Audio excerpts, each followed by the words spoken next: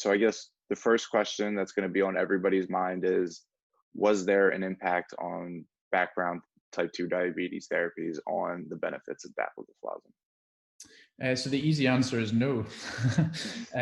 So we performed an analysis in the subgroup of patients in DAPA-HF who had diabetes at baseline. So either a history of prior diabetes or undiagnosed diabetes at baseline. And in total, they accounted for around 45% of the total DAPA-HF cohort. 3/4 of those patients were on a form of glucose lowering therapy at baseline, so around 25% were on no form of glucose lowering therapy.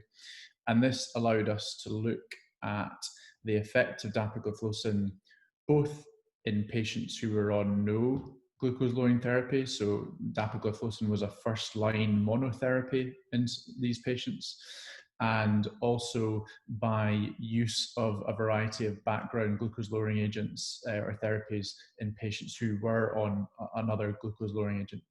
And ultimately, the benefit of dapagliflozin was not modified by use of background therapy. So both in patients who were on another glucose lowering agent or patients who were not on any other glucose lowering agents, dapagliflozin was as effective in both groups. And when we looked at individual types of glucose lowering therapy, such as metformin, insulin, DPP-4 inhibitors, the benefit of dapagliflozin did not seem to be modified by the background use or not of these medications. All right, thank you for that. And now dapagliflozin, rightfully so, there's been a ton of excitement around it. And it seems like with every analysis we see, that excitement continues to build as people try to wrap their heads around what the real potential underlying mechanisms of this drug and this class could be. How much excitement does this add to that conversation? I think what this analysis, the purpose was really to answer two questions. The first was that, as you probably know, there is a variety among the guidelines in the place of SGLT2 inhibitors as glucose lowering therapy in patients with diabetes. And because prior to DAPA-HF, the evidence for this drug in patients with diabetes were from trials where patients were, the majority of patients were on glucose lowering agents at baseline.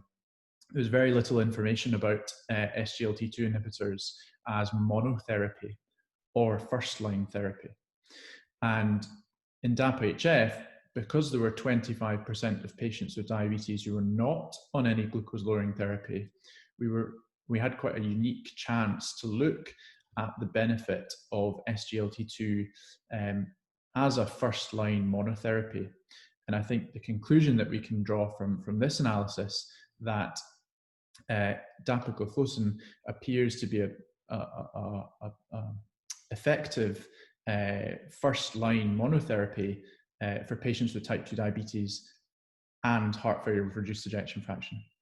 We obviously can't comment from this analysis on patients with diabetes who don't have heart failure because this was a specific population of patients with heart failure and reduced ejection fraction.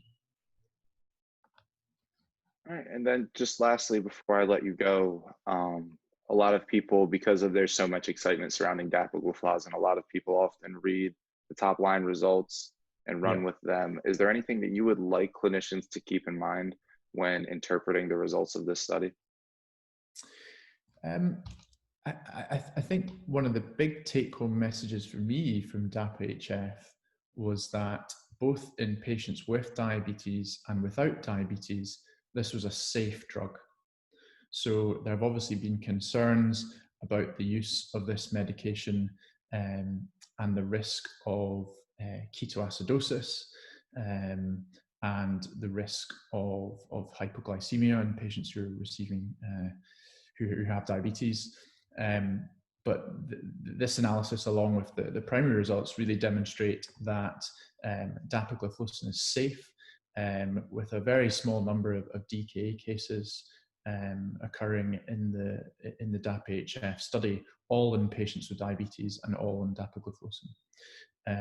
So I think that along with the consistency of benefit in patients with type 2 diabetes, irrespective of either the use or not of background glucose-lowering therapy or the type of glucose-lowering therapy used, dapagliflozin is efficacious, and it's also safe.